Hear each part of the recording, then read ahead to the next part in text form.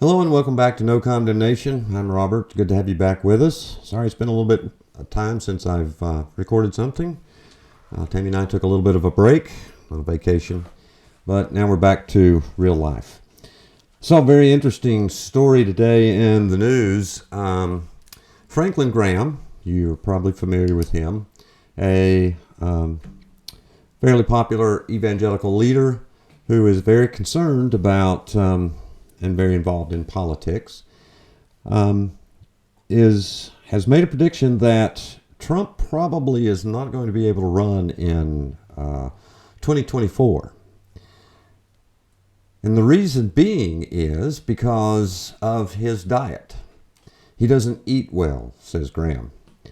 Now, I find that very interesting. A evangelical Christian is concerned about an individual being able to, or being eligible to run for president, not because he's a three-time married,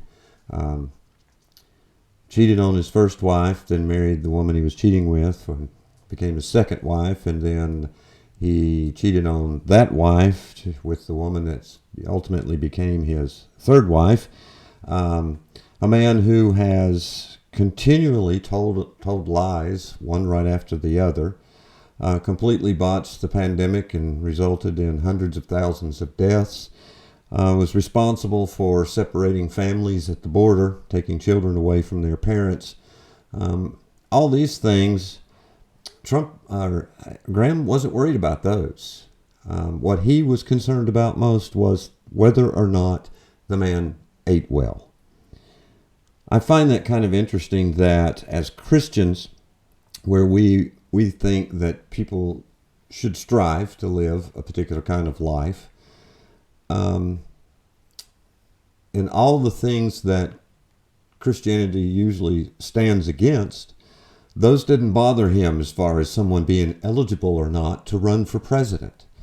What he was most concerned about was the man's health because he doesn't eat well. That seems to me one of the glaring reasons the church is seeing such a decline in membership. When its most prominent leaders, or certainly among the evangelical church, when one of their most prominent leaders is more concerned about an individual's eating habits than he is about his the other habits in his life, from telling lies to being totally incompetent in reacting to a pandemic that costs many, many lives, how he handles his relationships, those things don't seem to matter. And when those kind of leaders make those kind of statements about people, what they choose to make someone qualified or not qualified, your average individual is not going to be so blind to the hypocrisy of such a statement. And so as a result, they leave. Is it any wonder? Now, I don't mean anybody should be perfect. Goodness knows, as I will tell anybody, I'm a sinner just like everyone else. That's not the difference. The difference is I understand my place in the world, where I stand as far as being a good moral person. And whether or not I'm trying, I understand I'm covered by grace. But there is also a line. Not a line where we condemn others, but certainly a line where we expect people to strive for. And certainly when we find an individual who cares nothing about anyone else but himself, when we find somebody that is totally unconcerned whatsoever with the plight of any of those around him, those I think are some lines that we draw. And certainly, if Graham had come out and said, I realize the man has faults, and I realize the man does not measure up in a lot of ways, but I know in his heart he's trying, but I have seen no evidence over the last 5 years, any evidence of that individual trying to change in any way whatsoever. And so what's very important, though, is how the people who measure others act. In this case, Graham, somebody who is quick to point to others and say, that's wrong, you're doing a wrong thing, you're bad. But at the same token, won't use those same measures for somebody that he believes will be in a position that maybe will benefit him later. That's what we call hypocrisy. And that kind of hypocrisy is so blatant, and it's so obvious, and it's so wrong. Is it any wonder people want no part of it? I would love to see the day when the church reaches out and says, yes, you're wrong, but you know what? So am I. Yes, you've made mistakes, but you know what? So have I. Yes, we need to strive to do better, and I know I'm not doing as good a job as I could to be better. It's not that we hold standards. It's that we don't have double standards. Excuse me. And I think it's been quite open and visible to anybody who thinks for just a moment that there has been a double standard, especially on the part of the evangelical community toward the past administration. What is good, what's acceptable, and what's not. And so they will point fingers at other people and say it's unacceptable for you to do that, but it's okay if, somebody is in the White House and does that. I weep in my heart.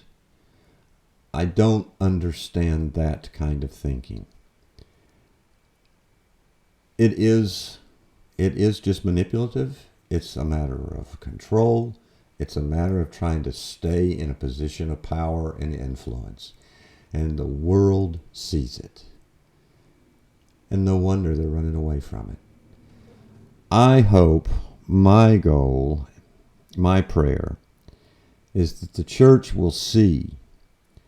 We want to encourage. We want to support. We want to certainly spread the good news, the gospel of grace. Grace for everyone. Grace for anybody, whether it be Franklin Graham or the former president, no matter who. Grace for you and me. And so that's the message we need to focus on.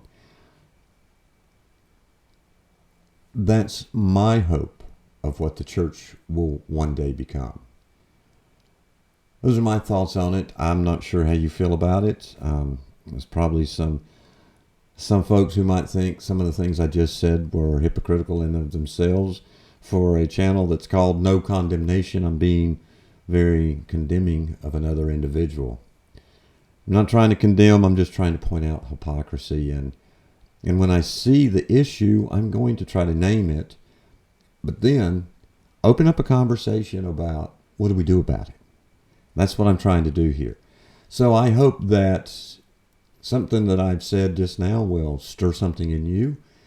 I would ask you to join in the conversation. That's why this channel exists. Don't have all the answers. I'm not going to sit here and just proclaim to you what's, the perfect solution to any issue. But I want us to have a conversation about it. How do we get better? Even if it's just one tiny step toward better. Those are my feelings. Please go down into the comments section. Leave your thoughts. Ask your questions. Let's have this debate. Let's have this discussion. Let's try to find a way to present the gospel to a thinking church, to an intelligent church, in a way that will draw the world to it, not push it away. In the meantime, I hope your day is great. We'll see you.